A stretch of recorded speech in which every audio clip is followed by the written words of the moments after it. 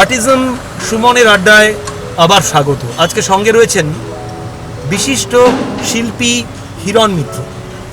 হিরণদা আর্টিজমের অবিচ্ছেদ্য এক অঙ্গ। আর্টিজম ডিজাইন একাডেমির প্রিন্সিপাল, আর্টিজম ফিল্ম অ্যান্ড মিডিয়া ইনস্টিটিউটের প্রিন্সিপাল, আর্টিজম আর্ট গ্যালারির মুখ্য উপদেষ্টা। এগুলো হিরণদার আর্টিজম কেন্দ্রিক পরিচয়, কিন্তু আজ হিরণদাকে অনেক ব্যাপ্ত, অনেক বিস্তৃতভাবে ধরবার ইচ্ছা রয়েছে।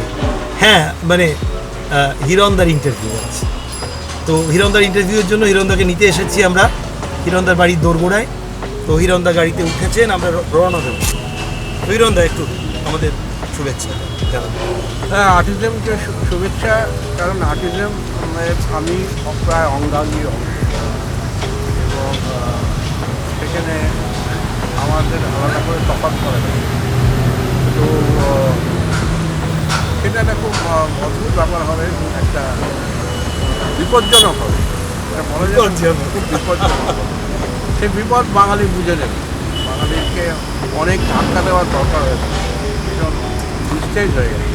এই রেনেসা বাঙালি তো আর নেই, সেই বাঙালি এবার জাগিয়ে তুলতে হবে, আকুপাঞ্চার করতে হবে।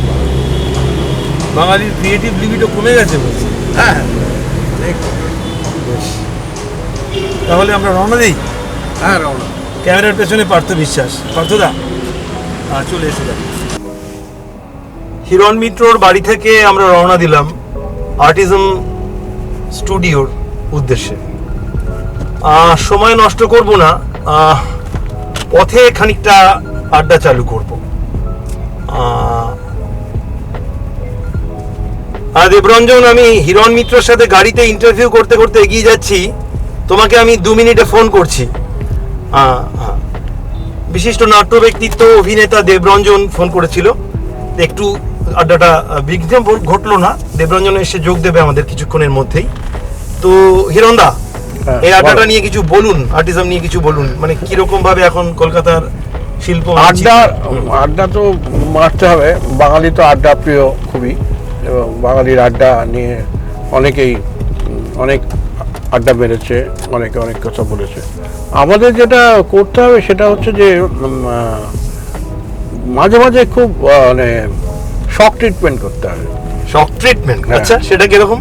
সেরকম হচ্ছে যে মানে কেমন, মানে পাউরুটি ভিজে গেলে যেরকম হয় না, নেতিয়ে থাকে, আমাদের অবস্থাটা, বাঙালির অবস্থাটা সেরকম হয়ে গেছে, ভেজা পাউরুটির মতো, নেতার মতো। মানে এটা আমি আপনার মতো করে বলতে পারবো না, তবে আমার মনে হয় কিরকম জানি একটা 2 এর পরে 2 4, 4 এর পরে 4 8। আমাদের তো 2 একটা কাজ করব, 2 2 4 হয় না, আমাদের 2 2 5 হয়, 7 হয়, এরকম সব হয়। হ্যাঁ, তো সেই জন্য আরে গৌতম বিধা এখানে কি করছে? এই শুটিং হচ্ছে এখানে, আমাদের আর্টিজমে তো শুটিং হয়। ও, আর গৌতম বিধার মধ্যে আছে নাকি? আছে আছে। আরে আমি তো ওদের সঙ্গে, আমার সঙ্গে তো কাজ হচ্ছে। ও আচ্ছা আচ্ছা, তাহলে ডেকে নেওয়া যাবে আড্ডা। হ্যাঁ, যেখানে ছিলাম আমরা হিরণ, আড্ডাটা কি কোন পথে যাবে? এবার এই যে শক ট্রিটমেন্ট বললে সবাই ভাবে যে মানে এই কি হয়, মানে চিমটি ফিমটি কাটবে নাকি বা কিছু, সেরকম নয়। সেটা হচ্ছে যে মানে চুমুকে চমক যেরকম থাকে না, সেরকম আর কি। কথায় কথায় চমক আসবে লোকে, এরকম শুনিনি তো, হয় নাকি, কি বলছো তুমি, জানো না তুমি, এরকম হয়। এই ধরনের লেভেলে চলে যাবে জিনিসটা। মাঝে মাঝে ক্যারামি হবে, আর মাঝে মাঝে খুব ওই মানিক বাবুর মতো গম্ভীর, একটু মানে ওই আগন্তুকে যেরকম হয়েছে না, আড্ডা in the highest level of ব্যাপার আর কি, মানে সক্রেটিস, প্লেটো, এরা যেরকম পরনিন্দা নয়, পরচর্চা নয়, আড্ডা ইন দ্য হাইয়েস্ট লেভেল, এরকম একটা গম্ভীর দিতে হবে। রবি ঘোষের মতো এরকম একটা চ্যাংড়ামি দিতে হবে। হ্যাঁ, আপনি কিন্তু বাঙালির আড্ডা মিস করছেন, মানে আড্ডা, আপনি আড্ডা কাকে বলেন, এরকম আর কি। বেঙ্গল স্কুল অফ পেন্টিং যেটা, সেটাতে মাস্টার পেইন্টার যে কথাটা আমরা বলে থাকি বিশ্ব আঙ্গিকে, আদৌ কি মাস্টার পেইন্টার আমরা পাই কাউকে?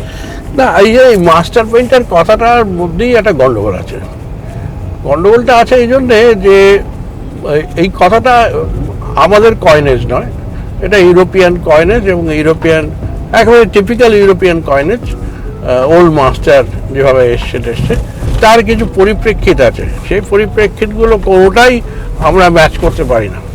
তার জন্য আমাদের একটা, যেহেতু আমরা বহুদিন সাহেবদের মানে ব্রিটিশ সাহেবদের পরাধীন ছিলাম, অধীনে ছিলাম, সেটা ওদের যতগুলো বদভ্যাস, সব বদভ্যাসগুলো আমরা খুব সুনতুন ভাবে নিয়েছি। আমি বুঝতে পেরেছি, কিন্তু মাস্টার পেইন্টার না হয় একটা টার্ম মাত্র, কিন্তু আমি যদি এভাবে বলি যে উত্তীর্ণ শিল্পী, তো আমরা কাকে পেয়েছি, আমাদের বাংলা থেকে কাদেরকে পেয়েছি, দু একটা নাম আমরা জানতে পারি?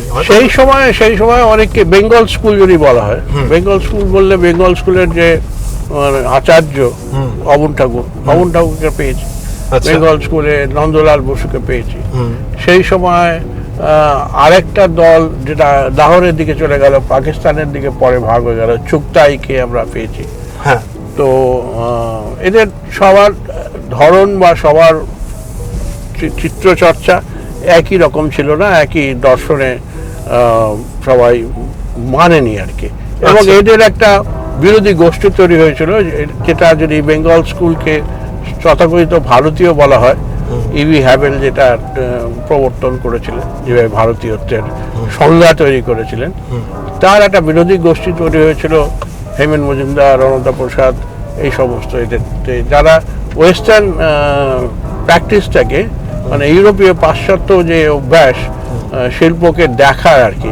আর মূল সমস্যাটা হচ্ছে যে একটা রমণী দেহ যদি হয়, সেই রমণী দেহকে যদি আমরা দেখতে চাই, তাহলে আমরা কোন চশমা পরে দেখব রমণী দেহটাকে? রমণী দেহ হেমেন মজুমদার সিক্ত বসনা সুন্দরী আঁকলেন, ভিজিয়ে চান করিয়ে রাখলেন। এখন এই যে একটা ব্যক্তিগত সময়, মেয়েরা যখন চান করে এবং তখন তাদের শরীরের সাথে কাপড় লেপটে যায়, ভিজে কাপড় লেপটে যায়, তাদের শরীরের এক ধরনের রহস্য তৈরি হয়। শরীর যদি উন্মুক্ত থাকতো, তার থেকেও উন্মুক্ত নয়, কিন্তু উন্মুক্তের ছোঁয়া পাওয়া যাচ্ছে। এই রহস্যটা ভীষণভাবেই বাঙালির ঘরে ঘরে, এবং বিশেষ করে তখন যারা উঠতি জমিদার, উঠতি বড়লোক, যারা পাশ্চাত্য মানে ভজনা করছে, দালালি করছে, ব্রিটিশের দালালি করে পয়সা বানাচ্ছে, এই যে সমাজটা, এই সমাজটা একে খুব গুরুত্ব দিতে শুরু করলো। আমরা একটা ব্রেক নিচ্ছি, একটা কফির দোকান। হ্যাঁ, তো আমরা কি একটু কফি নিয়ে নেবো গাড়িতে? হ্যাঁ, না আমরা কি বসে খাবো নাকি বসতেও পারি? কি তোমাদের পরিকল্পনা বলতে কোনো নির্দিষ্ট পরিকল্পনা কফি নিয়ে নাও। আপনার তো ছকে বাঁধা জীবন নয়। না, আমার তো গৌতম চট্টোপাধ্যায়ের সাথে ঘর করা মানুষ তো, শূন্য শূন্য শূন্য শুধু রাশি রাশি, আমাদের চাওয়ার চেয়ে অনেক বেশি। তাহলে কফি হোক, কফি হোক। এই 3টে কফি।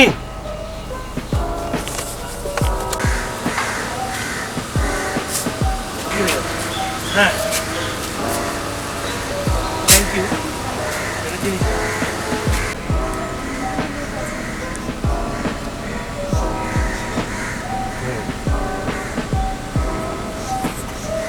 তুমি যাও জিনিস।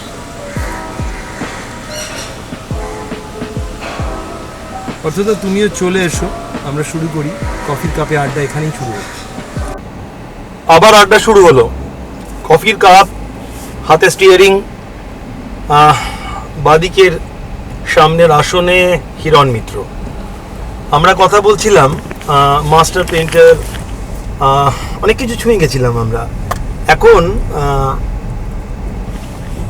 আমরা কথা বলি, আমরা ক্রোনোলজিতে থাকতে চাইছি না। ছোটবেলা হিরণদার বড় হওয়া, আসবো, সেটা আজ কখন আসবো আমরা নিজেরাই জানি না।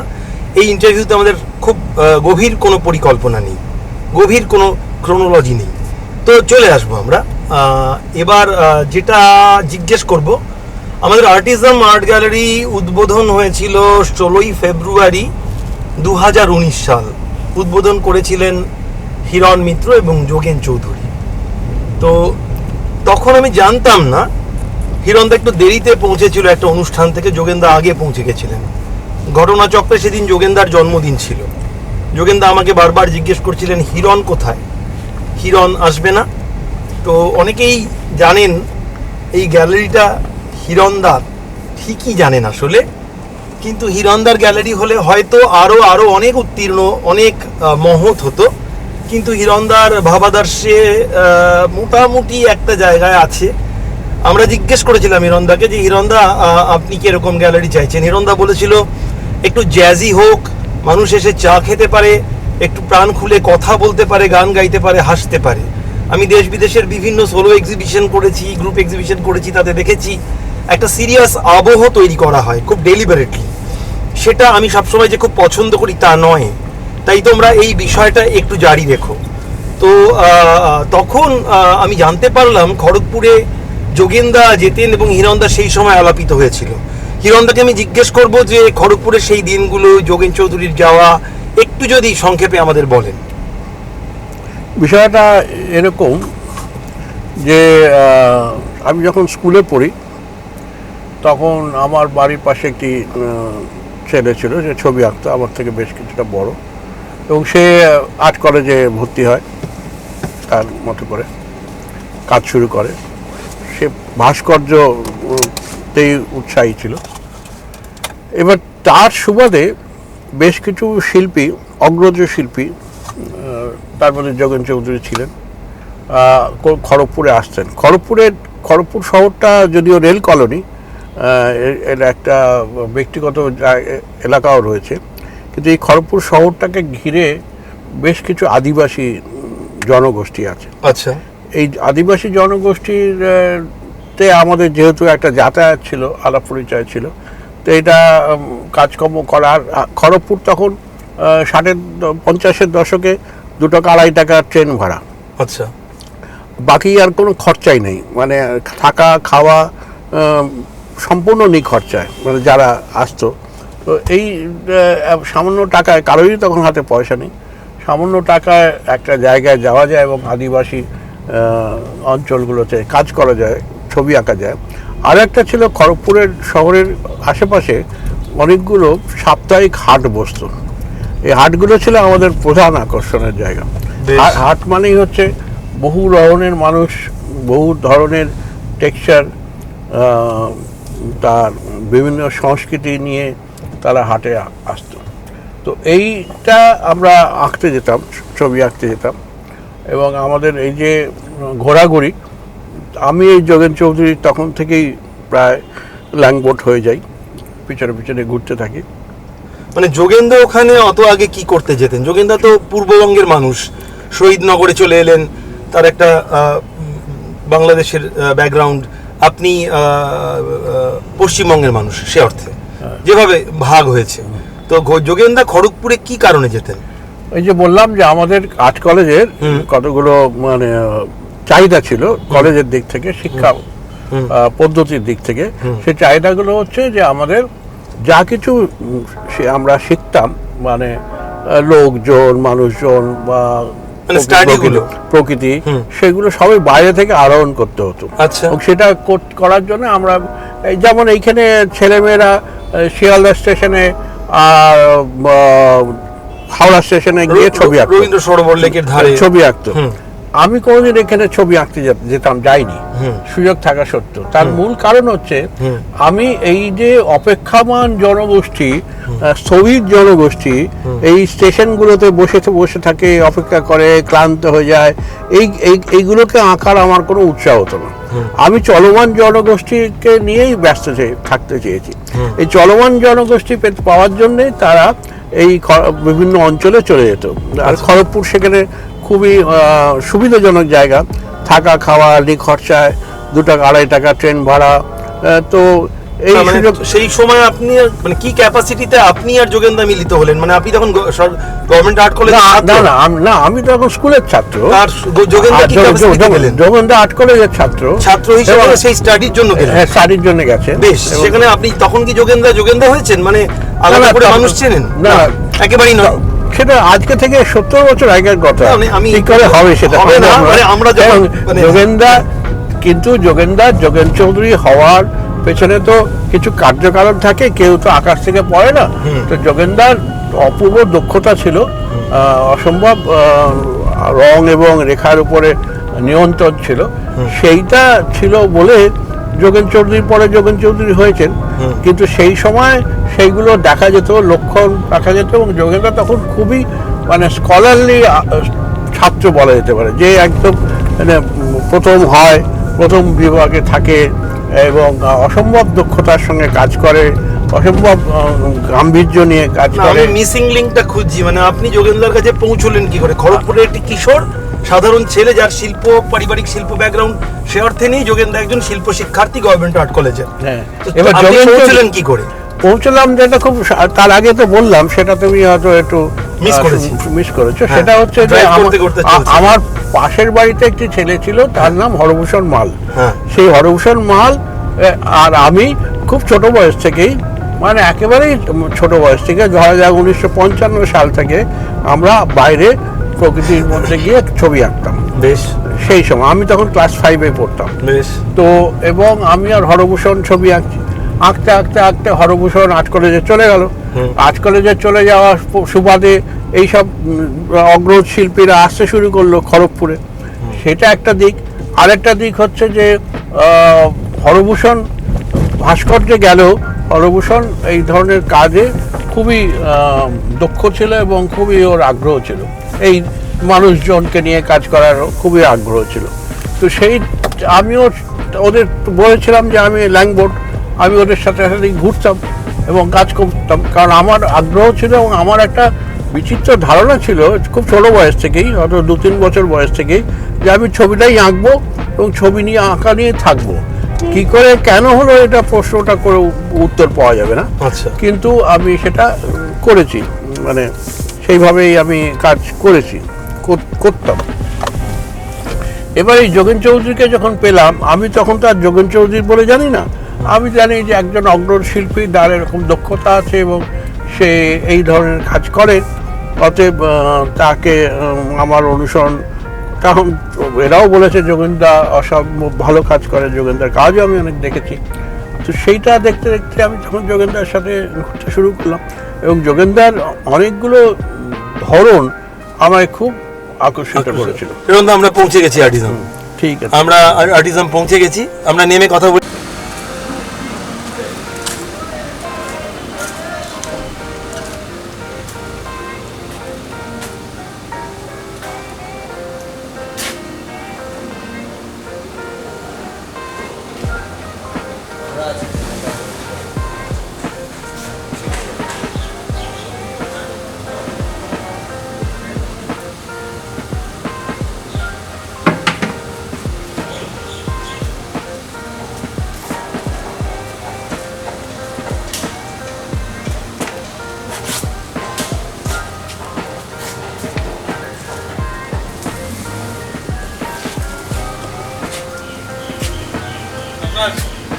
দেখুন এটা কিরকম আর্টিজম।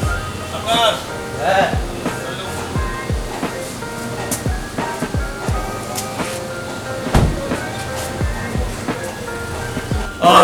আবার চলে এলাম আর্টিজমের আড্ডার আঙিনায়।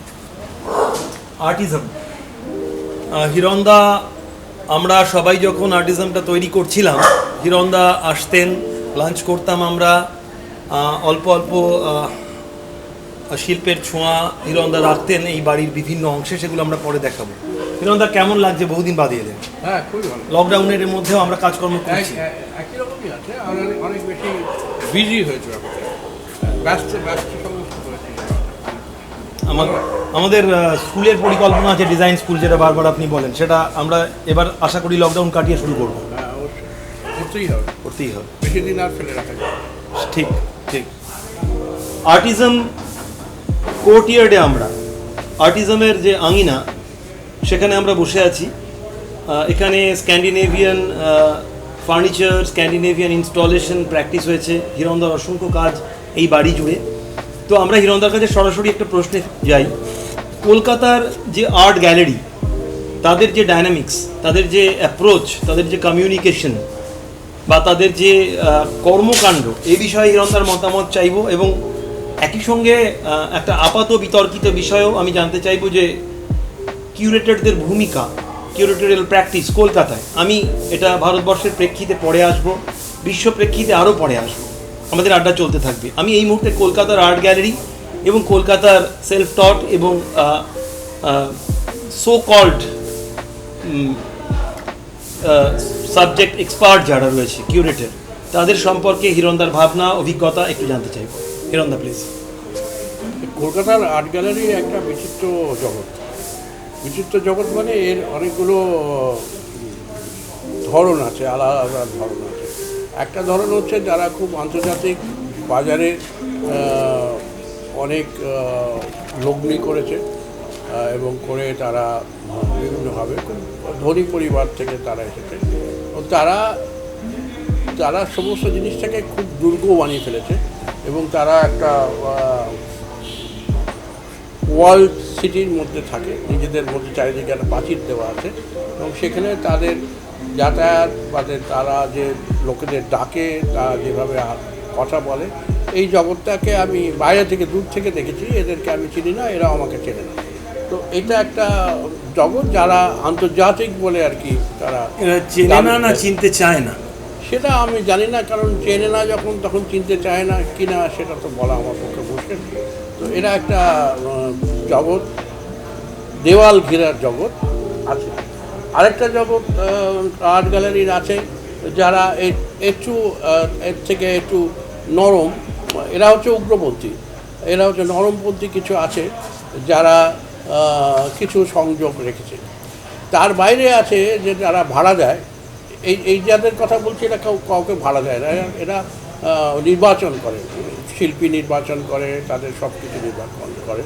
আর যারা তারপরে যে যারা আর কি ভাড়া দেওয়ার অবস্থার মধ্যে রয়েছে, যাদের ভাড়া দেওয়াতে চলে, তারা গণতান্ত্রিক অনেকটা এবং তাদের কর্মকাণ্ড কে খুব একটা আর্ট গ্যালারি সুলভ বলা যায় না। এটা একটা জায়গা যেখানে কিছু সুবিধে রয়েছে, আলো রয়েছে, পাখা রয়েছে, অথবা শীততাপ নিয়ন্ত্রিত বস্তু রয়েছে, সেখানে এটা মানে আমি যদি বলি একটা এক্সট্রিম বিষয় হয়, একটা আপনার ভাষা একটা দুর্গের মতন, বা যদি বলি একটা নেক্সাস, তা যারা নিজেদের নির্বাচিত মানুষদেরই ডাকেন এবং নির্বাচিত মানুষদের সাথে ইন্টারঅ্যাক্ট করেন, এবং আপনি নিজে বলছেন তাদের আপনি সেভাবে চেনেন না বা তারা আপনাকে সেভাবে চেনে না। আর আরেকটা হচ্ছে একটু নরম, কিন্তু তাদেরকে ঠিক আর্ট গ্যালারি বলা যায় না, আলো জ্বলে, পাখা চলে, এক্সিবিশন হয়, আর্টিস্টরা অ্যাসেম্বল করে, কল ফর আর্টিস্ট হয়, এবং এটা এর মাঝামাঝি একটা জায়গা কি খুব ভ্যাকুয়াম রয়েছে যেখানে ভালো শিল্পের প্রদর্শন হবে, এভাবে একটা কুক্ষিগত জায়গা থেকে বেরিয়ে সেই রকম আর্ট গ্যালারি কি একটা প্রয়োজনীয়তা বাড়ছে? এর মধ্যে পাবলিক গ্যালারি কিছু রয়েছে। পাবলিক গ্যালারি বলা হচ্ছে এই জন্য যেহেতু সেটা প্রতিষ্ঠানের আওতায় এবং তারা একটা ভাড়া দিয়ে একটা মূল্যমান নির্ধারিত করে সেখানে, এবং এই যে পাবলিক গ্যালারি যেগুলো, সেখানে কোনো কমিশন বা সেগুলো কোনো প্রাইস কাটের কোনো গল্প নেই। যে যেরকম ভাড়া দেয় তার সমস্ত খরচও যেমন তাদের বিক্রি বাটার সমস্ত নিয়ন্ত্রণ তাদের হাতেই থাকে। এই পাবলিক গ্যালারির সংখ্যা কলকাতা শহরে প্রায় নেই বললেই চলে, দু তিনটে আছে মাত্র। তো এই মানে একাডেমি অফ ফাইন আর্টস এবং বিড়লা একাডেমি নাম করা যায় আর কি। এই দুটোই হচ্ছে একমাত্র পাবলিক গ্যালারি যেগুলো শিল্পীদের নিয়ন্ত্রণে হয়।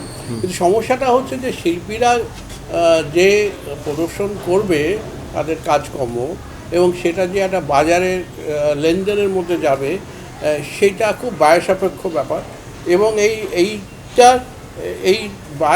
যে ব্যয়টা তারা করছে তার কিছু রিটার্ন বা তার কিছু ফল তারা পায় না। কিন্তু তাদের খ্যাতির দিকে চাহিদা, খ্যাতির দিকে মোহ বা লোকের সঙ্গে একটা ক্রিয়া প্রতিক্রিয়ার কারণে তারা এই প্রদর্শনী করেই থাকে। অল্প যারা গ্রুপ করে তাদের খরচা অনেক কম, যারা একক করে তাদের খরচা অনেক বেশি। তো সেই দিক থেকে আমি যেমন প্রথম একক করেছি 66 সালে, তারপর 69 সালে, তারপরে 81 সালে, তারপর 95 সালে কলকাতায় যে এককগুলো করেছি আমি, তো সেই এককগুলো খুব বড় মাপের একক করেছি। পরের দিকে আমি আমার 2012-তে খুব বড় একক করেছি, তারপরে 2018-তে একটা একক করেছি। এই এককগুলো একতরফা, এখানে কোনো লেনদেনের কোনো গল্প তৈরি হয়নি। সে যাই হোক, সেটা অন্য বিষয়।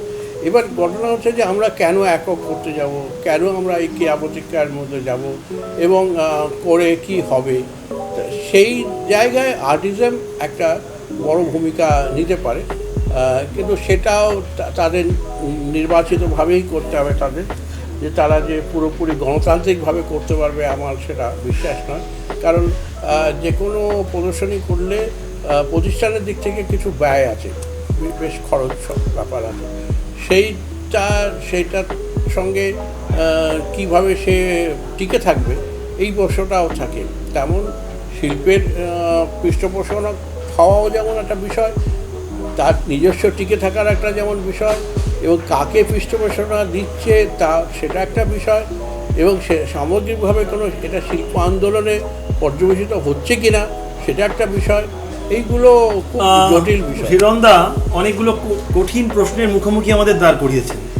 এটা শিল্প আন্দোলনে পর্যবসিত হচ্ছে কিনা, এবং এটা কতটা এই মধ্য পথে হাঁটতে পারবে, অর্থাৎ সুরক্ষিত দুর্গ নয় এবং হালকা শিল্প নয়, সিরিয়াস শিল্প চর্চা এবং সাধারণ মানুষকে এই দুর্গ থেকে বার করে এনে আপার পেডেস্টাল থেকে আর্টকে নিজে সাধারণ মানুষের কাছে পৌঁছানোর ক্ষেত্রে আর্টিজম ভূমিকা পালন করতে পারবে কিনা, এটা খুব বড় প্রশ্ন, এটা সময় বলে দেবে। আমরা এই আড্ডা জারি রাখবো, আমরা আর্টিজম গ্যালারির ভেতর প্রবেশ করব, যেখানে আমরা কিউরেটোরিয়াল প্র্যাকটিস নিয়ে কথা বলবো কলকাতা। আমাদের খানিকটা বাকি রয়ে গেল, আপাতত গ্যালারি নিয়ে বললেন হিরণ মিত্র। ধন্যবাদ হিরণদা, একটা ব্রেকের পরে ফিরছি। শেষ পর্যন্ত আর্টিজম সুমনের আড্ডার স্টুডিওতে এসে পৌঁছলাম। মাঝে অনেকগুলি জায়গা ছুঁয়ে এলাম। হিরণদার বাড়ির দোরগোড়া, কফি শপ, আর্টিজমের সাইনেজ, আর্টিজমের কোর্টইয়ার্ড, এই প্রত্যেকটা জায়গায় আমরা আলোচনা বা আড্ডাটা জারি রেখেছিলাম। ছোট করে সুমনের আড্ডা নিয়ে একটু বলতে চাইব। অনেকদিন ধরে মনে হচ্ছিল পশ্চিমবঙ্গে টক শো অনেকদিন হয় না। এই স্কাই চ্যানেলগুলো বা ওটিটি প্ল্যাটফর্মগুলো নিজেদের অন্যান্য কাজে এতটাই ব্যস্ত যে আমাদের প্রথিতযশা মানুষদের বক্তব্যগুলো নথিবদ্ধ করতে খুব একটা আগ্রহ বোধ করে না। আমার এবং আর্টিজম টিমের ব্যক্তিগতভাবে এবং আমাদের সবার মনে হচ্ছিল যে এটা খুব জরুরি একটা প্রয়াস। নাট্যকর্মী, সাহিত্যিক, চলচ্চিত্র পরিচালক, সঙ্গীতবিদ, এদের প্রত্যেকের ভাবনা, এদের যাপন, এদের দর্শন, এদের সোশিও পলিটিক্যাল ভিউ, এই সমস্ত বিষয়গুলোকে যদি একটা আড্ডার এনে ফেলা যায়, এরই ফলস্বরূপ আর্টিজম সুমনের আড্ডা। এই নাম হিরণ মিত্রেরই দেওয়া এবং এর লোগো করে ধন্য করেছেন হিরণদা। এবং সবচেয়ে ইন্টারেস্টিং হচ্ছে, আমার শুরুতে নিজের নামে টক শো ডিজাইন করার ক্ষেত্রে একটা মৃদু আপত্তি ছিল। তো যদিও সমস্ত বিশেষজ্ঞরা বলেছিল কমিউনিকেশনের অ্যাঙ্গেল থেকে অ্যাঙ্কারের নাম ব্যবহৃত হলে অনেক আত্মীয়তা বোধ করে দর্শক, সেটাও বড় কথা নয়। হিরণদা এর একটা বেস লাইন তৈরি করেছে বা ক্যাচ লাইন, সেটা খুব ইন্টারেস্টিং। আমি বলছি না, সেটা হিরণদাই বলবে। তারপর আমরা এগিয়ে যাব আরো কিছু সিরিয়াস বিষয়ে। হিরণদা, আর্টিজম সুমনের আড্ডার যে ক্যাচ লাইনটা আপনি করেছেন, মনোবিদ অনুত্তমা বন্দ্যোপাধ্যায়কে আমি বলছিলাম যে এরকম এটার কিরকম মজা লাগছে কিনা, সাংঘাতিক উচ্ছ্বসিত, বললো ওটা শোয়ের নামের থেকেও বেশি ক্যাচ লাইন বেশি একটা আকর্ষণ তৈরি করছে। আপনি বলবেন আপনি এটা কি করেছিলেন? না, সেটা বলবো। কেন করেছি সেটা আগে বলি। সেটা হচ্ছে যে মানে আমরা প্রায় সুমন এই নামটার মানে বলা যেতে পারে একটা বড় সৈন্যবাহিনী, সবার নাম সুমন, এমন একটা সুমন দ্বারা আমি আহত, সুমন দ্বারা আমি পরিবৃত, সুমন দ্বারা আমি নিহত প্রায়। তো সেই যে এত সুমন মানে আমার নাটকে সুমন, সিনেমায় সুমন, গানে সুমন, মানে সুমনে ছয়লাভ যাকে বলে। তো এই যে ওভারফ্ল্যাটেড সুমন, তার মধ্যে আমার মনে হলো যে এ সুমন সে সুমন নয়। এই কথা আর্টিজম সুমনের আড্ডায় এ সুমন সে সুমন নয়, রসবোধ, টুইক এবং অসাধারণ একটা উপস্থাপনা। তো এটা হঠাৎ এলো মাথায়? হঠাৎ না, ওই যে আমি একটা মানুষ যখন মানে ডুবে যায় জলে, সে তখন শুনেছি খড় ধরে।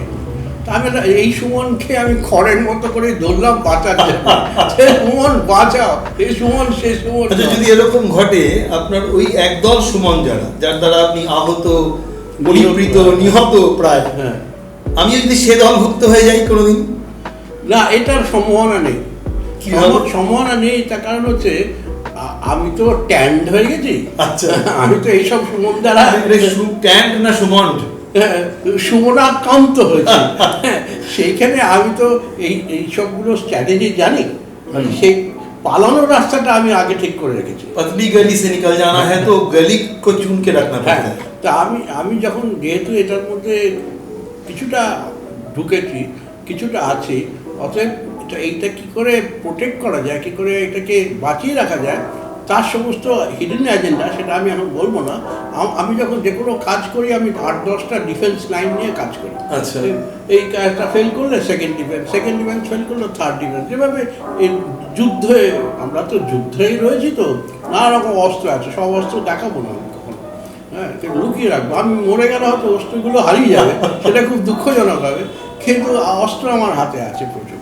অর্থাৎ তোমায় কি করে হিরণদার কথাটা খেয়াল করবেন, এ সুমন সে সুমন নয়। এবং আমি তখন মজার নোটে জিজ্ঞেস করলাম, যদি এ সুমন সে সুমন দলভুক্ত হয়ে যায়, তখন বললো হিরণদার অনেক প্ল্যান বি, প্ল্যান সি ইত্যাদি রয়েছে, যেটা ঠিক প্রোটেক্ট করবে বা সেভাবে এই শোকে অন্য পথগামী বা বিপথগামী হতে দেবেন না। সিরিয়াস নোটে ফিরি। আমরা ছিলাম গ্যালারি, কলকাতার গ্যালারির সিনারিও, কলকাতার গ্যালারির ভবিষ্যৎ, কলকাতার গ্যালারির বর্তমান, কলকাতার গ্যালারির অতীত, এগুলি নিয়ে। এরপরে আমরা কিউরেটরদের যে প্র্যাকটিস, সেটা নিয়ে আসবো। তো গ্যালারির খানিকটা লেফট ওভার রয়েছে, পুরোটা শেষ হয়নি। হিরণদাকে বলবো, হিরণদা বিদেশের অনেক গ্যালারিতে শো করেছেন, সোলো এবং গ্রুপ। সেখানে একটা গল্প অনেক ছোটোবেলায়, মানে আমার ছোটোবেলায়, মানে হিরণদার সাথে আমি প্রায় 25 বছরের সঙ্গী, সেখানে আমাকে বলেছিল যে সম্ভবত প্যারিসে যে একটি গ্যালারি হিরণদাকে রিফিউজ করে বা হিরণদাকে বাতিল করে। হিরণদা কেউ বিস্মিত হয় এবং জিজ্ঞেস করে কেন করা হচ্ছে। তখন বললো যে আমাদের এই গ্যালারি শুধুমাত্র ইনফর্মাল আর্টিস্টদের জন্য, অর্থাৎ প্রথাগত শিক্ষায় শিক্ষিত শিল্পীদের জন্য এই গ্যালারি নয়। আপনি একটু ওভার কম্পিটেন্ট, আপনি একটু ওভার কোয়ালিফাইড। তো আমি খুব বিস্মিত হই, মানে আমি হিরণদাকে প্রশ্ন করি, তাহলে কি ডোকরা শিল্পী বা আমাদের আর্টিজানরা এই আওতাভুক্ত, বা বহু মানুষ যারা গভর্নমেন্ট আর্ট কলেজ বা অন্যান্য প্রথাগত শিক্ষা প্রতিষ্ঠানে না গিয়েও মানে ছবি আঁকেন বা শিল্পকর্ম করেন, এই বিষয়ে হিরণদাকে একটু বলতে বলবো, সেই বিদেশের অভিজ্ঞতা। এটা হচ্ছে মোমার্টের ঘটনা। মোমার্ট তো সবাই জানে বা অনেকেই হয়তো জানে না। মোমার্ট ছিল প্যারিস শহরের একটা অঞ্চল আছে বেশ উঁচু, উঁচু মানে বেশ শারীরিকভাবে উঁচু, একটা পাহাড়ের উপরে, আচ্ছা, পূর্ব প্যারিসে। তো সেইখানে শিল্পীরা মানে সস্তায়, প্যাবলো পিকাসো 1900 সালে বা 1905-06 সালে তার স্টুডিও ছিল, এরকম বলে দেবে। সেটা একদম সাথে ওইখানে ছিল কি বিনা পয়সায় থাকা যেত। মানে একটা, ওরা স্পেন থেকে যারা এসেছিল তারা ওই জায়গায় আশ্রয় নিত, তাদের পয়সার বই লাগতো না, এমন একটা জায়গা। এই অঞ্চলটাই সেরকম আর কি, খুব দরিদ্রদের জায়গা। এবং সব, যেমন ভ্যান গগ একটা সময় ছিলেন, তুডুক লোত্রেক ওইখানে মোলার করছেন। এবং এই শিল্পীদের, আমাদের ক্ষেত্রে এখন যেহেতু আমরা পাশ্চাত্য শিল্পের ধারার মধ্যে কিছুটা তার মধ্যে ঘর সংসার করেছি, আমাদের এই সম্বন্ধে একটু আবেগ ভিন্ন ধরনের। তো আমি যখন মোমার্টে প্রথম যাই বহু বছর আগে, গিয়ে তখন আমার স্ত্রী এবং সন্তানও ছিল। ওরা তো বুঝে উঠতে পারছে না যে এই জায়গায় আমি এত উচ্ছ্বসিত কেন। উচ্ছ্বসিত কারণ আমি দেখতে পাচ্ছি আমার চোখের সামনে একটা দৃশ্য, যে দৃশ্যটা ভ্যান গগের সেই কাফের দৃশ্যটা, মানে আমি যা জীবন্ত দেখতে পাচ্ছি জায়গাটা। আমি দেখতে পাচ্ছি এইখান দিয়ে লোকতে খেলে যাচ্ছে টুক করে বেড়ে কাটো খোঁড়া পানি। আমি দেখতে পাচ্ছি পিকাসো এইখানে, এইটা পিকাসোর ওইখানে যেসব বন্ধুবান্ধবরা ছিল মদিগ্লিয়ানি, যারা প্রচণ্ড মদ্যপান করতো রাত বেলে, তারা গড়িয়ে পড়তো। একটা উঁচু জায়গা ছিল, গড়ানি জায়গা, সেখানে মদ খেয়ে তারা গড়াতে যেত। আমি দেখতে পাচ্ছি সাধারণত গড়িয়ে যাচ্ছে রাত্রিবেলা। তো এই যে আমি দেখতে পাচ্ছি, মানে আমি একটা প্রায় টাইম ট্রাভেল করেছি, 100 বছর আগে আমি পিছিয়ে গেছি, পিছিয়ে গিয়ে দেখতে পাচ্ছি এই ব্যাপারটা। আমার মতো কেউ আর দেখতে পাচ্ছে না, কারণ আমি তো 100 বছর পিছিয়ে গিয়ে দেখছি, হ্যাঁ, আর তারা তো এই সময়ে আছে, তো এটা হচ্ছে না। তো এবার সেইখানে একটা জিনিস আমি আবিষ্কার করলাম, আমি যে জায়গায় বেশ কিছুদিন ছিলাম, মোমার্চের একটা কুটুরিতে ছিলাম, তো আবিষ্কার করলাম যে এইখানকার প্যারিসের 20টা ডিস্ট্রিক্ট, জেলার এক একটা করে কালচারাল সেন্টার আছে। এই কালচারাল সেন্টারগুলো আমার যে বন্ধু ছিল অরুণ হালদার, যার ডেরাতে আমি আশ্রয় নিয়েছিলাম বেশ কিছুদিন, সেই অরুণ হালদার বললো আমি যাবো ওই ডিস্ট্রিক্ট সেন্টারে, ওখানে গিয়ে আমরা প্রপোজ করবো, ওখানে একটা প্রদর্শনের ব্যবস্থা করা যেতে পারে। আমি বললাম খুব ভালো কথা। এবার সেখানে গেলাম। এবার এই ডিস্ট্রিক্ট সেন্টারগুলো তাদের লাইব্রেরি আছে, তাদের ক্যাফেটেরিয়া আছে, তাদের প্রদর্শনী কক্ষ আছে।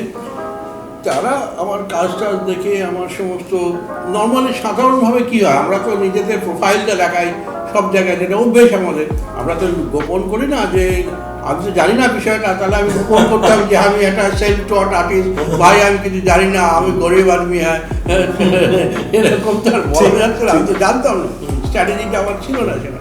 তো তার ফলে হচ্ছে কি, আমি গিয়ে আমার কোয়ালিফিকেশন বা আমার কাজকর্ম, সেই সময় আমার প্যারিসে শো হওয়ার কথা ছিল, একটা ব্যবস্থা কথাবার্তা চলছিল, তো আমি সব প্রকাশ করেছি।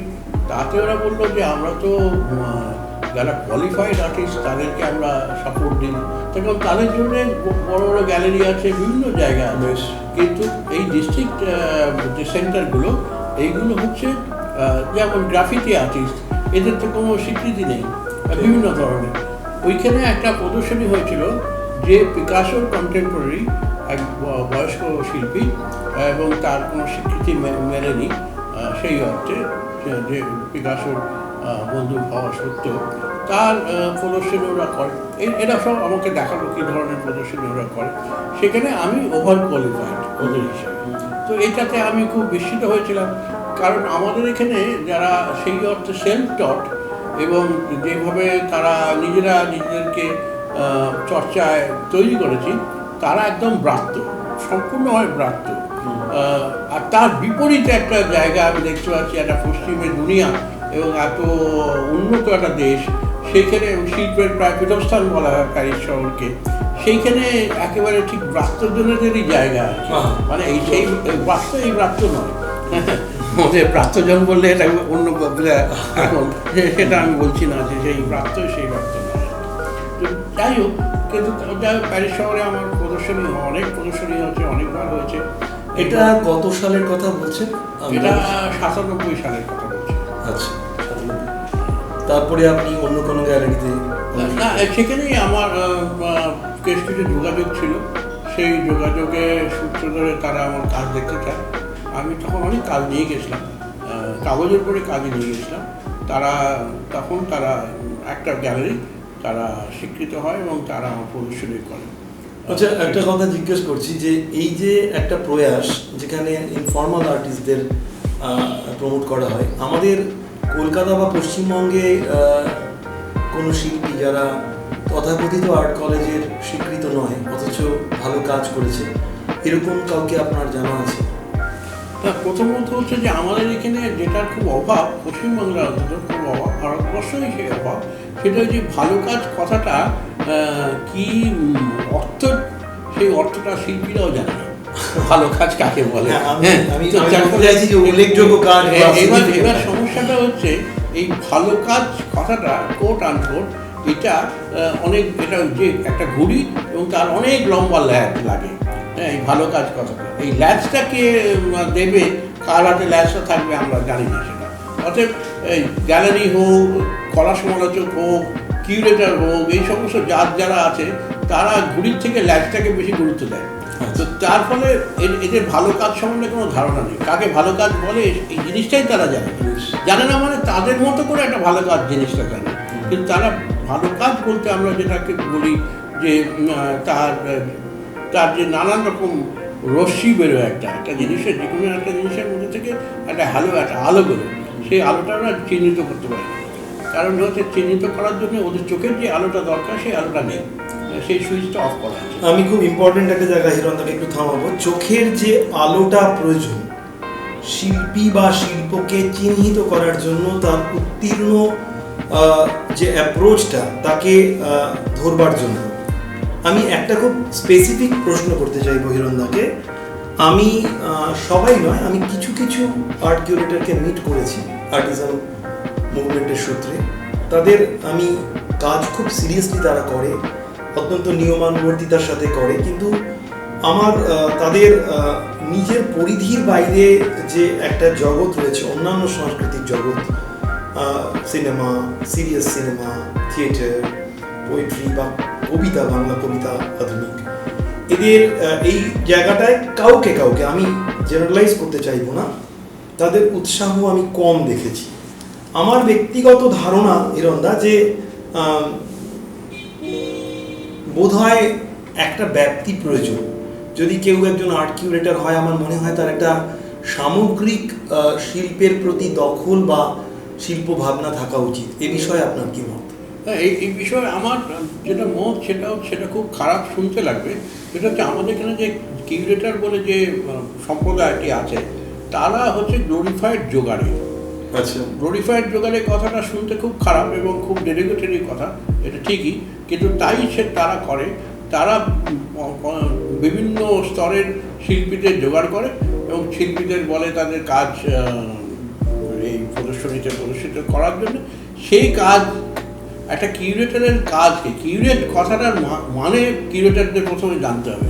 আমরা যখন ছাদ ঢালাই করি, তখন কিউরেট করার জন্য জল দিয়ে তাকে 1 মাস 2 মাস 3 মাস রাখি। তো এই যে জলের সঙ্গে তার যে সম্পর্ক তৈরি হচ্ছে, সেই ঢালাই ছাদটা, সেটাই তো কিউরেট করা হচ্ছে। তো একটা শিল্পী স্টুডিওতে যদি একটা কিউরেটর না যায়, সে যদি বলে আমি যদি সাপ্লায়ার হই, আমি যদি আর্ট সাপ্লায়ার হই, একটা ক্যানভাস আমি তাকে সাপ্লাই করে দিলাম, সে টাঙিয়ে দিল, তাকে কিউরেশন বলে না।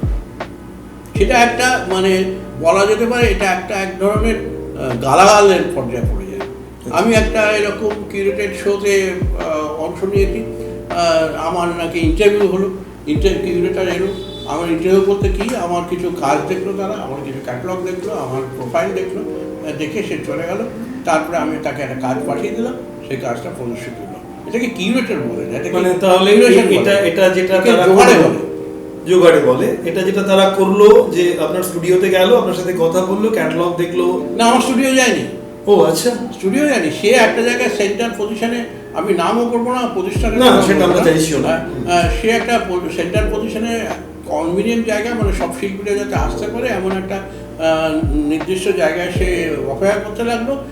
প্রত্যেককে সময় দিয়ে দেওয়া হলো, শিল্পীদের 15 মিনিট করে তাদের হাতের জন্য জায়গা দেওয়া হলো, সময় দেওয়া হলো, তারা গিয়ে তাদের প্রেজেন্ট করলো, কি ব্যাপারটা ওখানে শেষ হয়ে গেলো। এটাকে কিউরেশন বলে না, এটা হচ্ছে খুবই নিম্ন স্তরের একটা ঘটনা।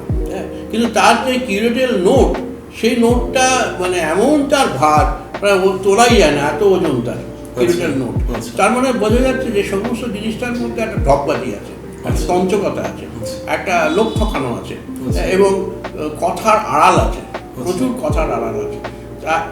এইটা এখানে যে কিউরেটর নেই তা নয়, কিন্তু তারা আমাকে চেনে না, আমিও তাদের চিনি না, সেটা একটা দুর্ভাগ্য। এখানে আরেকটা প্রশ্ন করতে চাইবো, এত শোজ হচ্ছে আমাদের শহরে, শিল্পের শহর, কাজ হচ্ছে, শো কিউরেট করা হচ্ছে, কিছু আর্ট গ্যালারি আছে যাদের বিদেশে যোগাযোগ রয়েছে, তারা আমাদের আর্টকে, শিল্পকে বিদেশে উপস্থাপিত করছে।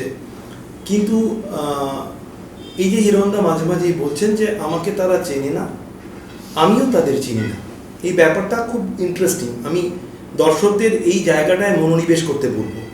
একজন 50 বছর শিল্পের বিভিন্ন আঙিনার সাথে যুক্ত মানুষ, পেন্টিং, স্কাল্পচার, ডিজাইন, বিজ্ঞাপন, ইন্টেরিয়র ডিজাইন, প্যাভিলিয়ন ডিসপ্লে, নাটকের মঞ্চসজ্জা, চলচ্চিত্রের আর্ট ডিরেকশন, এতগুলি জায়গায় স্বচ্ছন্দ পদচারণার পর, শহর কলকাতাটাকে হাতের মুঠোয় তালুতে রাখবার পর এই মানুষটি বলছেন আমাকে তারা চেনে না, তাদের আমি চিনি না। তাহলে এই কিউরেটররা কারা? এই কিউরেটররা কী ধরনের শিল্পকর্মকে প্রমোট করেন? তাহলে কি হিরণদা যেহেতু অ্যাবস্ট্রাক্ট নিয়ে কাজ করেন, হিরণদার ফিগারেটিভ বা আমাদের হিন্দু মাইথোলজির যে দেবদেবী তার কাজ হিরণদা করেন না, সেটা যেহেতু বিক্রয়যোগ্য হবার ক্ষেত্রে একটা সংশয় থেকে যায় অ্যাবস্ট্রাক্ট কাজের ভারতবর্ষে, এবং রং কালো ব্যবহার করেন যা বাস্তুমতে অশুভ রং। তো সেখানে এটা কি একটা বড় কারণ কিউরেটররা হিরণদাকে চেনেন না আর হিরণ মিত্র কিউরেটরদের চেনেন না? এটার উত্তর আমার কাছে সরাসরি নেই, কিন্তু একটা উত্তর আমার কাছে আছে যে আমি মানে কলকাতা শহরে আছি আজ থেকে 60 বছর থেকে আমি আছি কলকাতা শহরে, 60 বছরের বেশি আছি, এবং তার মধ্যে আমি প্রত্যক্ষভাবে এই শিল্পর সঙ্গে আমি আর্ট কলেজ থেকে বেরিয়েছি 66 সাল, সেইটা প্রায় 50 বছরের উপরে আমি প্রত্যক্ষভাবে এই চর্চাতে আছি। কলকাতা শহরের প্রায় বেশিরভাগ শিল্প সমালোচকদের ব্যক্তিগতভাবে আমি তাদের চিনি, ব্যক্তিগতভাবে তারা আমাকে চেনে বলে আমার ধারণা। তো প্রত্যেককে ব্যক্তিগতভাবে নিমন্ত্রণ করা সত্ত্বেও, আহ্বান করা সত্ত্বেও, এই আহ্বান করার একটি কারণ হচ্ছে যে আমি একটা ক্রিয়া প্রতিক্রিয়ায় যেতে চাইছিলাম দীর্ঘকাল ধরে, তারা এটাকে আমল দেননি, তারা আমার স্টুডিওতে কোনোদিন আসেননি। তাদের একটা ধারণা হয়তো আছে, এই ধারণা আমার ভ্রান্ত ধারণা হতে পারে যে আমি তাদেরকে প্রভাবিত করব এবং তারা প্রভাবিত হয়ে এতই মুগ্ধ হয়ে যাবে যে আমাকে তারা সমালোচনা করতে হবে না। দূর থেকে সমালোচনা করা সহজ, কাছ থেকে সমালোচনা করা সহজ নয়। তার জন্য তারা আমার আহ্বানে সাড়া দেয়নি, কেউ আহ্বানে সাড়া দেয়নি। একজন কি দুজন কখনো ঘটনাচক্রে এসে পড়েছে, কিন্তু তারা খুব গুরুত্ব দিয়ে ব্যাপারটাকে দেখেনি। তো এইরকম যদি একটা পরিস্থিতি হয়, এটা তো আমি ইউরোপে দেখিনি। ইউরোপে কলা সমালোচকদের সঙ্গে আমি তো অনেক দূরের মানুষ, আমি একটা তৃতীয় বিশ্বের মানুষ, তো তাদের তো কোনো দায় নেই আমাকে নিয়ে আধিক্ষেপটা করা। কিন্তু তারা যে যতটা মুক্ত চিন্তা ভাবনা চিন্তা করে, কাজকর্ম করে, আমাদের এখানে কলা সমালোচকরা কি তাদের নিজেদের মনে করে যে তারা এত উদ্ধত্ত দেখায়, অসম্ভব উদ্ধত্ত দেখায়, অসম্ভব তাদের নিজেদের কাজকর্ম নিয়ে গর্ব, এবং তারা যে কালামটা মানে দায়িত্বে আছে বিভিন্ন পত্র পত্রিকায়, সে হতেই পারে তার সেরকমভাবে তাদের সঙ্গে সেরকম যোগাযোগ বা সেরকম ভাবনা চিন্তা, কিন্তু তাদের এই কৌতূহলটা থাকবে না, তারা একটা আহ্বানে সাড়া দেবে না, এটা আমার কাছে খুব অবিশ্বাস্য লাগে, খুবই অবিশ্বাস্য লাগে। এবং সেই জায়গা থেকে আজ পর্যন্ত আমার কোনো কিউরেটেড শো হয়নি, ভারতবর্ষে তো হয়নি, কলকাতা শহরেও হয়নি, কোনো কিউরেটারকে আমি পাইনি যে কৌতূহল হয়ে বা আগ্রহ বসে, যারা কোনোদিন এসে পৌঁছয়নি, মানে তারা সীমানাটা অতিক্রমও করেনি, কিন্তু সীমানা অতিক্রম না করে তারা নিজেদের কল্পনায়, নিজেদের ভাবনায়, নিজেদের একপেশে চিন্তাতে তারা অনেক কিছু ভাবে, অনেক কিছু বলে, অনেক কিছু কাণ্ড কারখানার দাবি তারা করে, কিন্তু সেই দাবিগুলো নিষ্ফল দাবি। আর্টিজম সুমনের আড্ডায় আমরা রয়েছি, একটা অত্যন্ত গুরুত্বপূর্ণ এবং খানিকটা বিতর্কিত, যদিও আমরা ওই বিতর্কের দিকে যাব না, আমরা কন্টেন্টে যাব। সেটা হচ্ছে কলকাতার কিউরেটরদের যে ভূমিকা বা আমাদের পূর্ব ভারতে বা পশ্চিমবঙ্গে যে কিউরেটরদের ভূমিকা, সেই বিষয়ে হিরণদা বললেন। আমি একটা বিষয় বলতে চাইবো যে কিউরেটরদের আরেকটা আঙ্গিক থাকা দরকার বলে আমি ব্যক্তিগতভাবে মনে করি, এটা আমার একান্তই ব্যক্তিগত মত। সেটা হচ্ছে একজন শিল্পীকে অ্যাজ এ হোল বা সামগ্রিকভাবে দেখা। একজন শিল্পীর কাজ শুধু তার পরিচয় হচ্ছে, এটা তো খুব একটা ক্লিশে কথা, শিল্পীর পরিচয় তার কাজ, হ্যাঁ, মানে ফুটবলার মাঠে গিয়ে জবাব দেবে। এখানে বুঝতে হবে যে একটা যাপন, একটা তার ব্যাপ্তি, তার ভাবনা, তার পলিটিক্যাল ভিউ, তার গত 50-60 বছর ধরে কোনো শাসক সম্প্রদায়ের সাথে জড়িয়ে না পড়ার ক্ষমতা এবং একাধিক মিডিয়ামে কাজ করার একটা প্রয়াস। আজকে ধরে নেওয়া যাক কোনো একজন বিশিষ্ট শিল্পী তার ছবি কিউরেটররা অত্যন্ত উচ্ছ্বসিতভাবে কিউরেট করে, হয়তো খুব শক্তিশালী ছবি। কিন্তু আমি বলবো পূর্ব ভারতে বা পশ্চিমবঙ্গে হিরণ মিত্র যেভাবে লিটল ম্যাগাজিন বা তরুণ কবিদের প্রচ্ছদ এঁকে দিয়ে সাহায্য করেন, শুধু সাহায্য না, তাদের উত্তেজিত করেন, তাদের ইন্সপায়ার করেন, তাদের প্রভাবিত করেন, সেটা এই তথাকথিত বেশি দামে বিক্রি হওয়া ছবি করিয়েদের দখলে নেই এই জায়গাটা। দ্বিতীয়ত, যেভাবে নাট্য জগৎ, যা কিনা আমাদের পশ্চিমবঙ্গের সংস্কৃতি জগৎকে বিরাটভাবে প্রভাবিত করেছে, আমাদের নাট্য চর্চা আমাদের সাহিত্যকে প্রভাবিত করেছে, আমাদের কবিতাকে প্রভাবিত করেছে, আমাদের জীবনকে প্রভাবিত করেছে, আমাদের রাজনীতিকে প্রভাবিত করেছে, আমাদের সিনেমাকে প্রভাবিত করেছে। এই নাট্য জগতে হিরণদার এক স্বচ্ছন্দ বিচরণ। কলকাতার সমস্ত নাট্যকার, জেলার সমস্ত নাট্যদল হিরণদাকে এক বাক্যে চেনে। বহু মানুষকে নিখরচায়, আধা খরচায় সেট ডিরেকশন দিয়ে, তাদের পোস্টার এঁকে দিয়ে, তাদের লোগো তৈরি করে দিয়ে যে সাহায্য উনি করেছেন, এটা একটা যাপন। এই যাপনটা কেন কিউরেটররা লক্ষ্য করবেন না? কেন এটাকে রেকগনাইজ করবেন না? এটা তো একটা বিরাট বড় প্রয়াস সামগ্রিকভাবে সমাজ বদলের।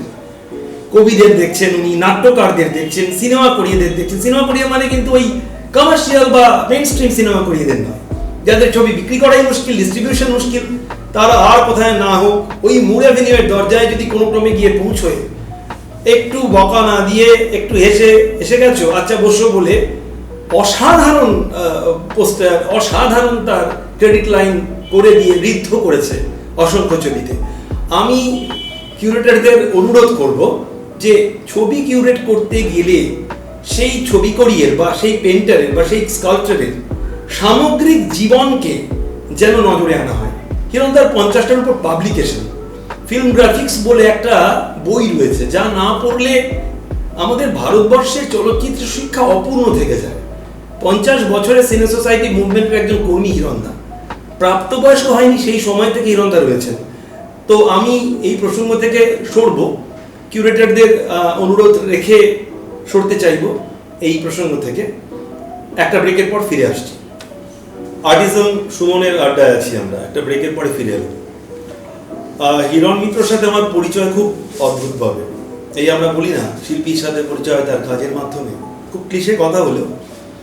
হিরণদার সাথে আমার পরিচয় হিরণদার কাজের মাধ্যমে, কিন্তু হিরণদা শহর না, শহরের কোনো শীততাপ নিয়ন্ত্রিত এক্সিবিশন গৃহে নয়, একটা খোলা মাঠে।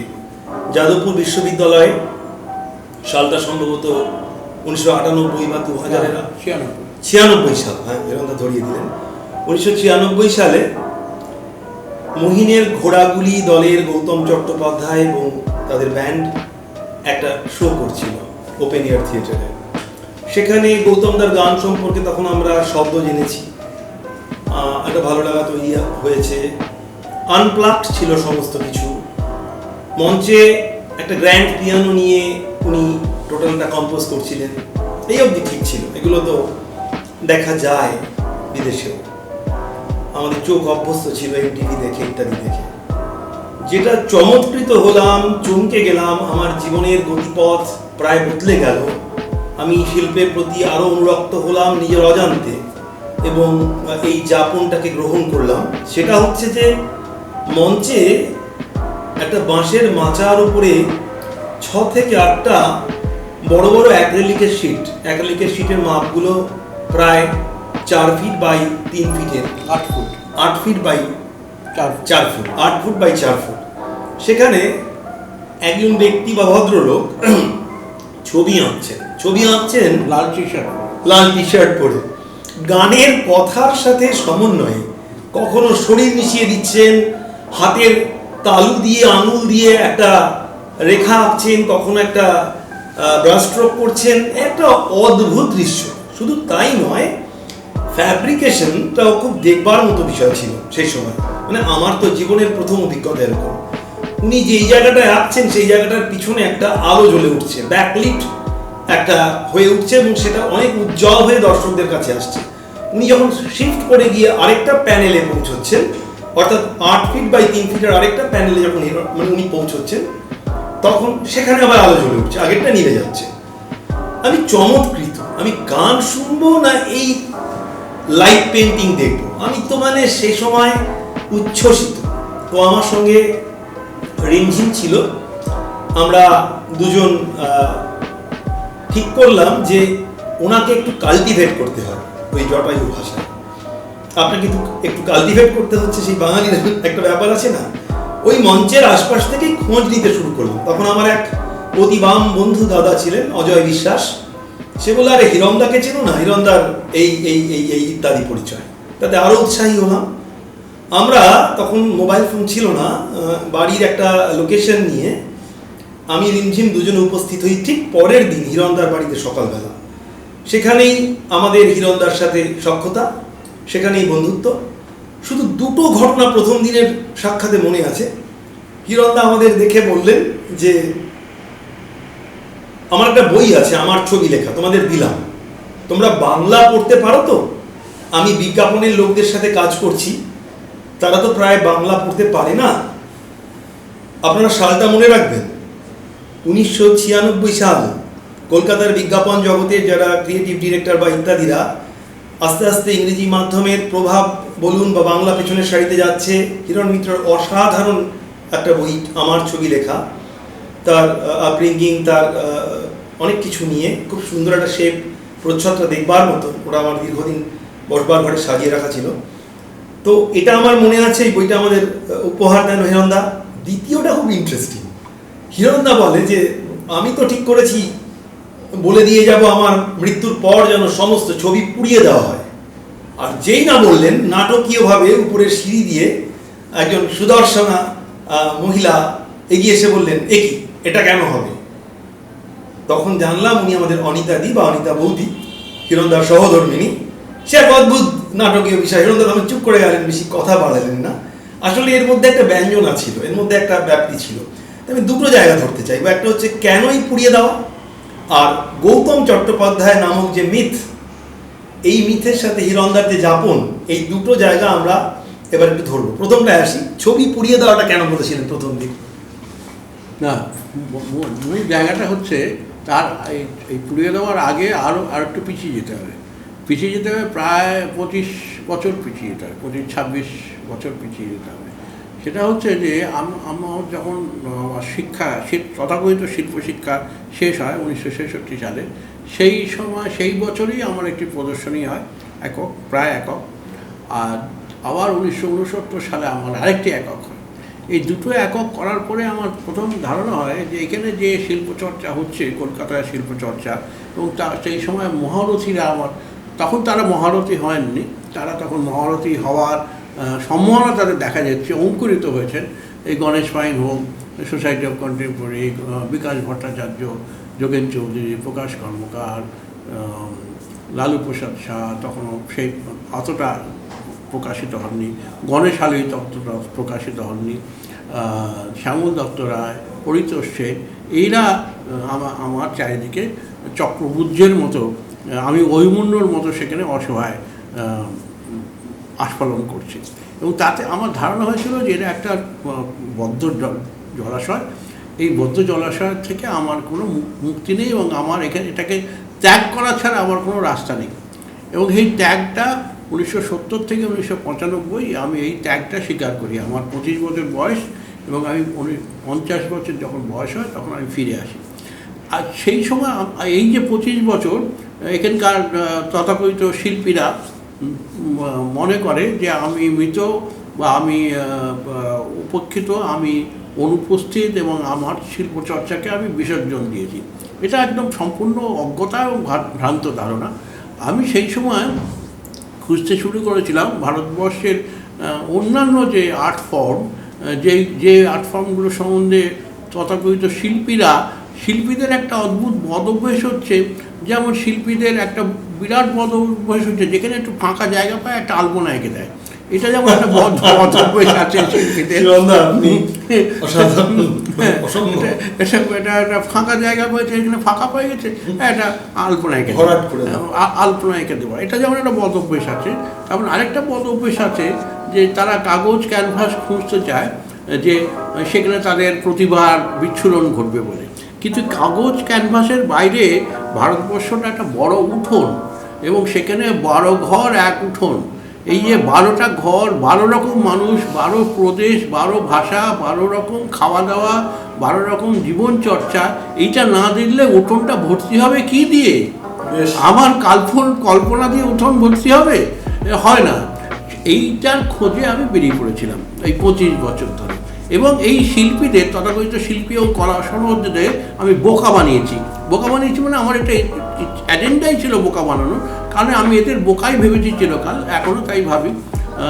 তো তার ফলে হচ্ছে তাদের ভ্রান্তি তৈরি করার আমার একটা উদ্দেশ্য ছিল, এবং ভ্রান্তি তৈরি করার জন্য আমি আরেকটা মুখোশ পড়েছিলাম। সেই মুখোশটা হচ্ছে বিজ্ঞাপনের মুখোশ। সেই মুখোশটার সম্বন্ধে আমার যথেষ্ট শ্রদ্ধা ভক্তি আছে, কারণ সেটা আমাকে জীবন ধারণে সাহায্য করেছে, এখনও জীবন ধারণে সাহায্য করে। তো এই যে মুখোশটা আমি পড়েছিলাম, যাতে এরা মনে করে, এবং ভারতবর্ষের এই কলা সমালোচক এবং শিল্পীকুলের, ব্রাহ্মণ শিল্পীকুলের একটা ধারণা আছে যে তারা সবাই ব্রাহ্মণত্ব প্রাপ্তি হয়েছে, আর বাকি যারা কাজকর্ম করে, সিনেমা করে, নাটক করে, কবিতা লেখে, এরা হচ্ছে মানে জাতিতে নিম্নবর্গীয়, দলিত। এই ধারণাটা যাতে তাদের মধ্যে বদ্ধমূল হয় এবং এই বিশ্বাসে তারা যাতে পথভ্রষ্ট হয়, সেইটার ব্যবস্থা করেছিলাম, যাতে তারা ভাবতে শুরু করে তারা বামুন এবং আমরা নিচু জাতের ছোট লোক, দলিত। এটা তাদের কাছে বদ্ধমূল হয়। যত বদ্ধমূল হবে তত তাদের মুখোশটা খুলে যাবে।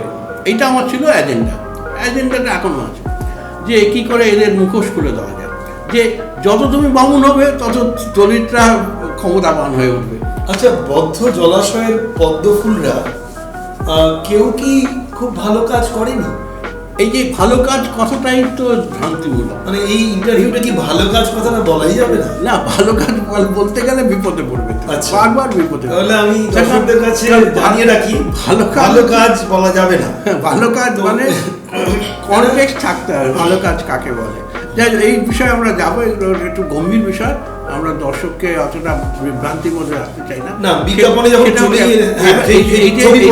এই ছবি পোড়ানোটার কথা এই জন্যই বলছি, যে এই যে আমি গান বাজনার সঙ্গে ছবি আঁকতে শুরু করলাম, আমি নাটকের কাজ করতে শুরু করলাম, বিভিন্ন লোক, আমি তাদের নামজন করছি না, তাতে হলো কি, আমার এই যে মানে প্রথমত আমার জাত গেল, আমার ব্রাহ্মণত্ব গেল। যদি ব্রাহ্মণ হওয়ার আমার চেষ্টা থাকতো, আমার কোনোদিন চেষ্টা ছিল না।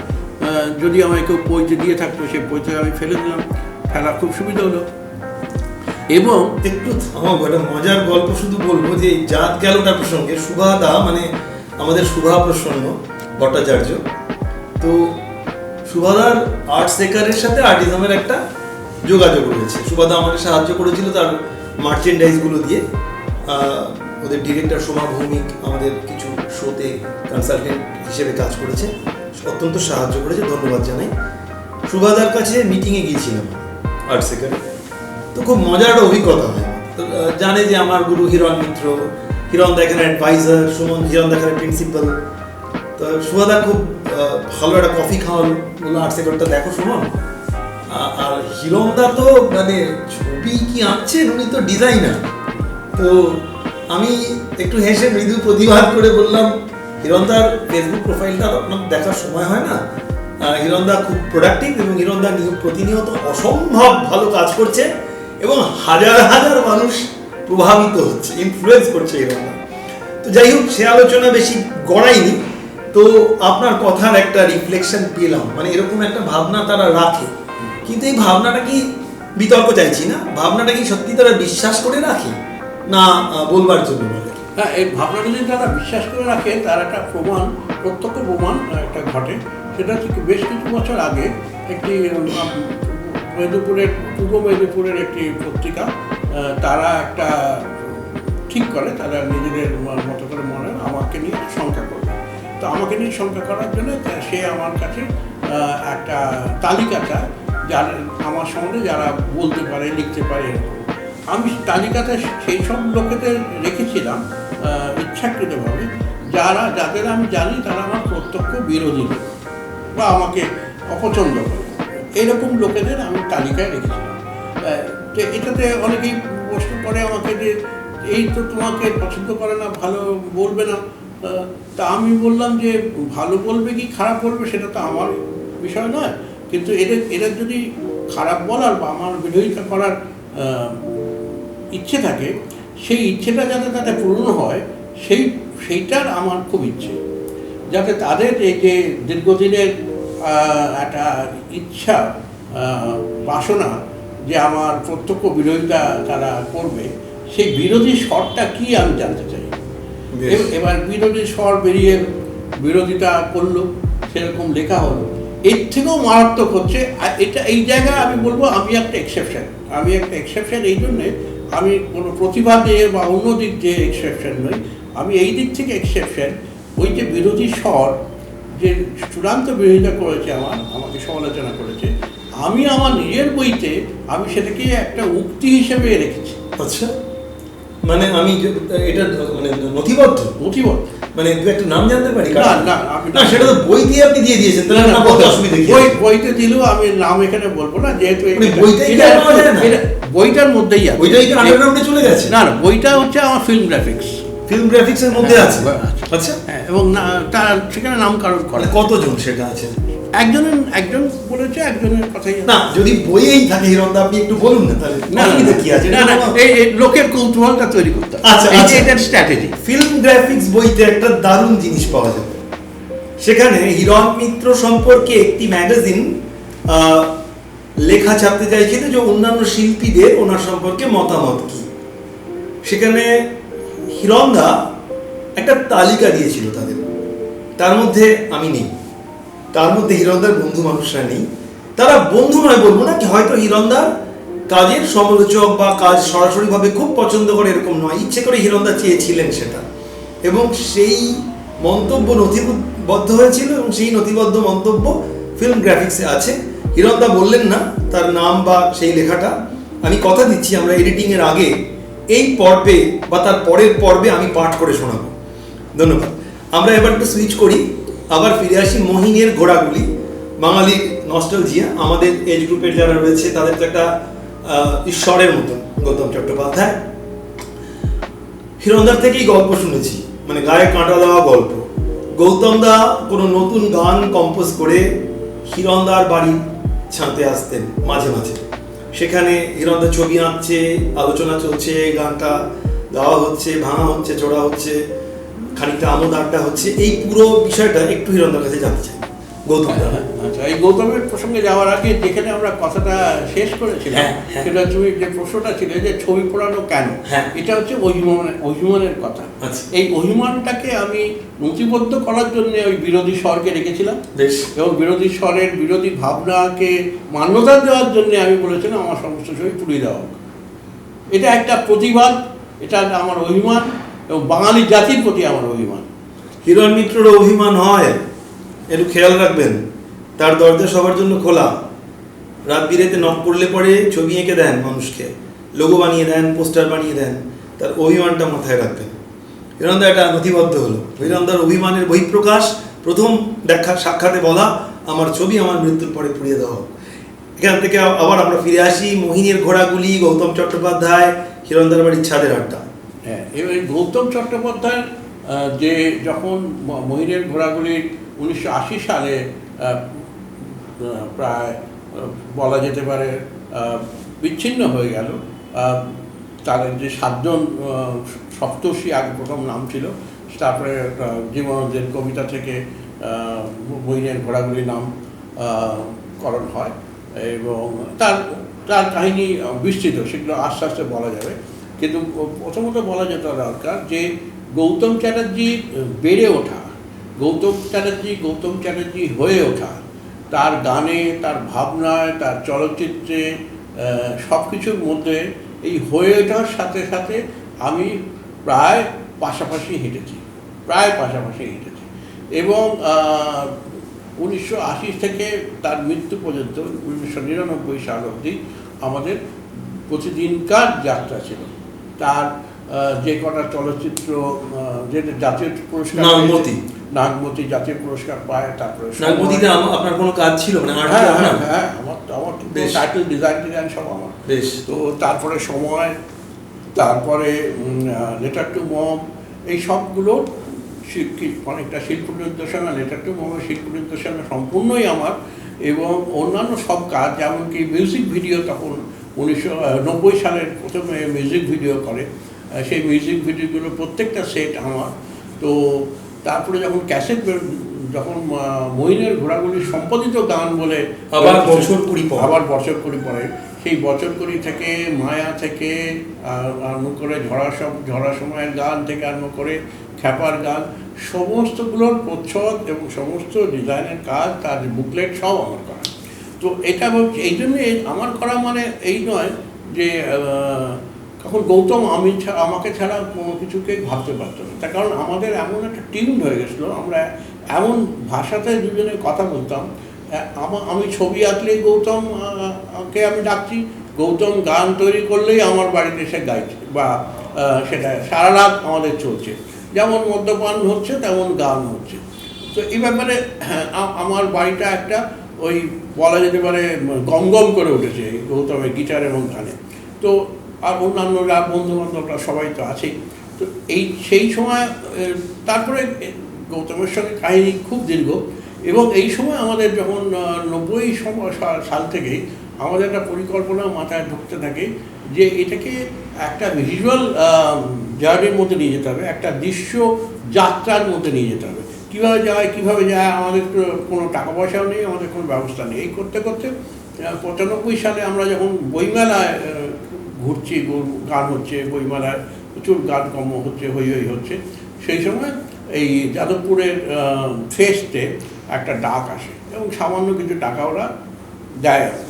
এই টাকা দেওয়ার সাথে সাথেই আমি সঙ্গে সঙ্গে পরিকল্পনা করে ফেলি।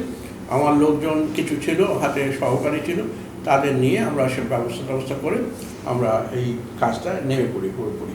এবং এইটার শুধু যাদবপুর নয়, যাদবপুরের পরে বি কলেজে আমরা একটা অনুষ্ঠান করি, বি কলেজের পরে তেলেঙ্গানা বাগানে আমরা একটা অনুষ্ঠান করি, তেলেঙ্গানা বাগান আমাদের শেষ অনুষ্ঠান।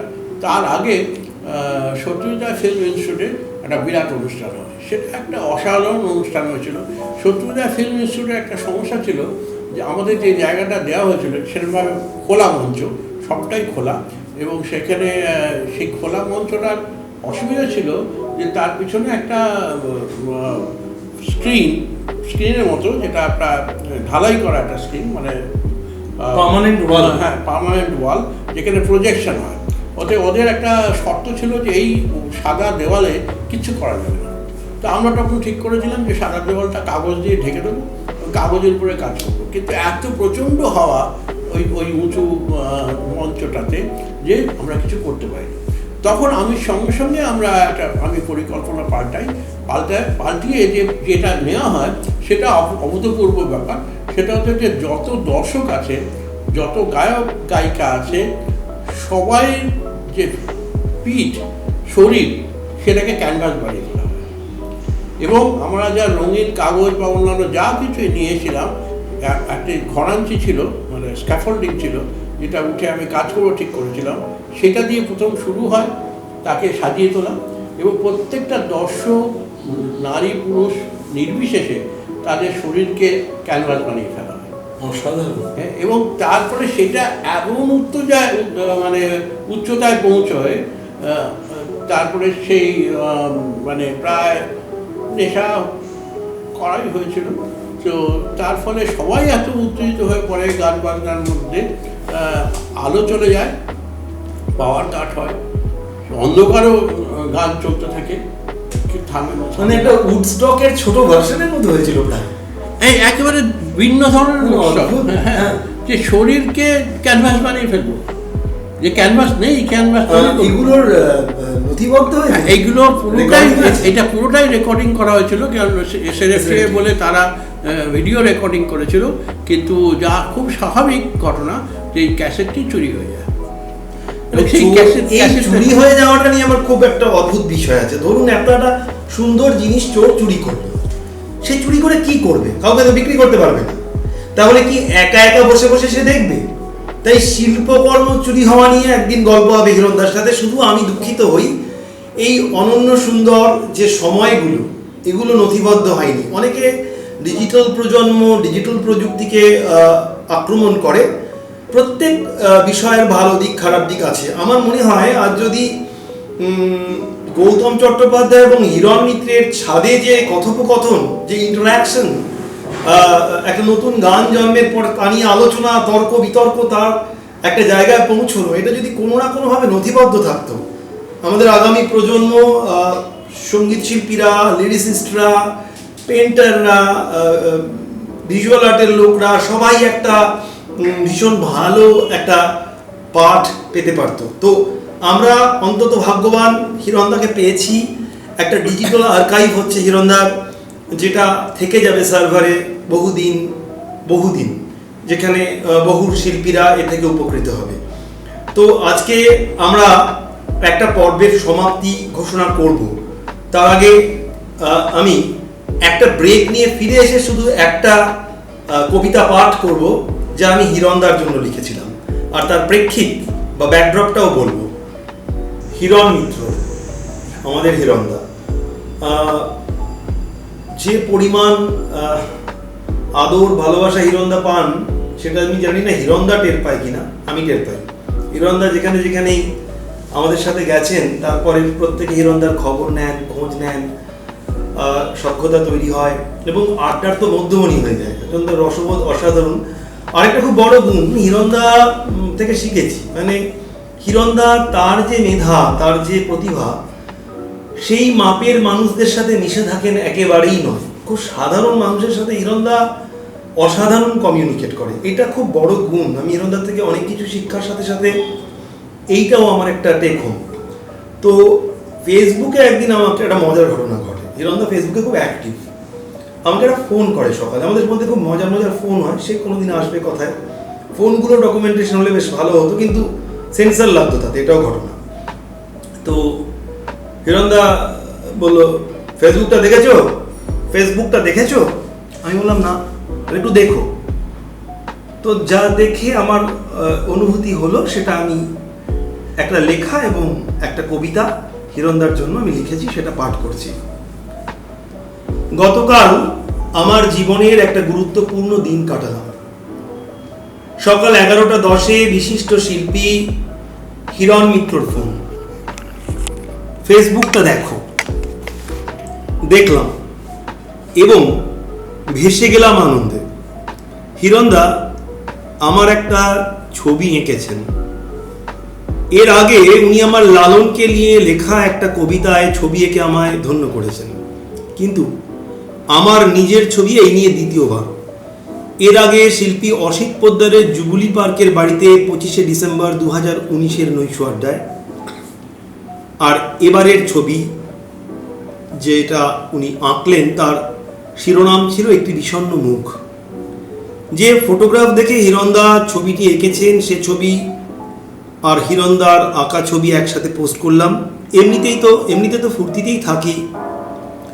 অন্তর্দ্রষ্টা শিল্পীরা খুঁজে পায় লুকোনো বিষাদ।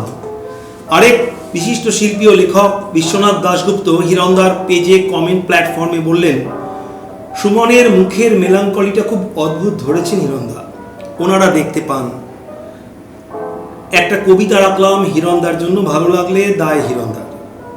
কবিতাটার নাম হিরণ বলে মুক্তি অদরকারি।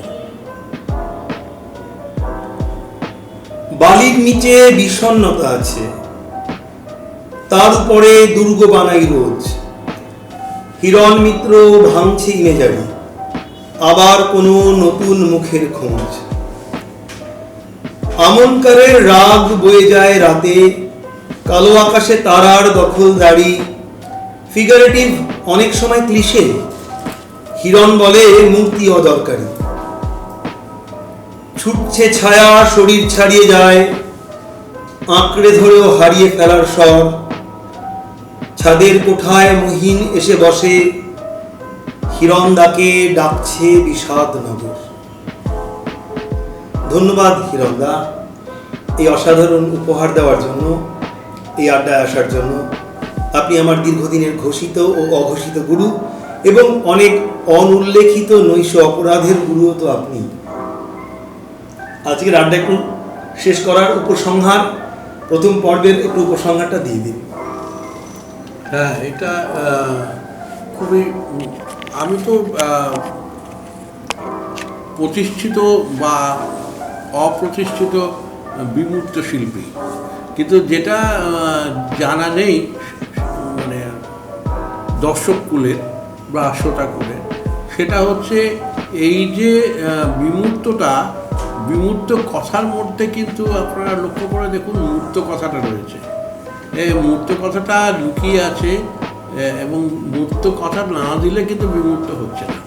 অর্থাৎ মূর্তি আছে, অস্বীকার করার মূর্তি আছে, অবজ্ঞা করার মূর্তি আছে, আড়াল করার মূর্তি আছে, কিন্তু সে মূর্তি আছে, এবং মূর্তি আছে বলেই বিমূর্ততা আছে। এবং এই মূর্ততার মধ্যে যে বিমূর্ততা আছে সেটা আবিষ্কার করা হয়, সেটাই হচ্ছে আমার খোঁজ।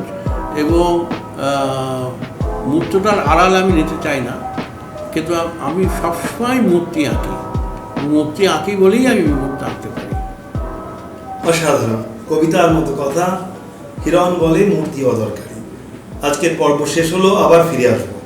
হিরণ মিত্রের স্টুডিওতে পৌঁছবো, লক্ষ্য রাখুন আমাদেরকে। খুব জমে যাবে কেস।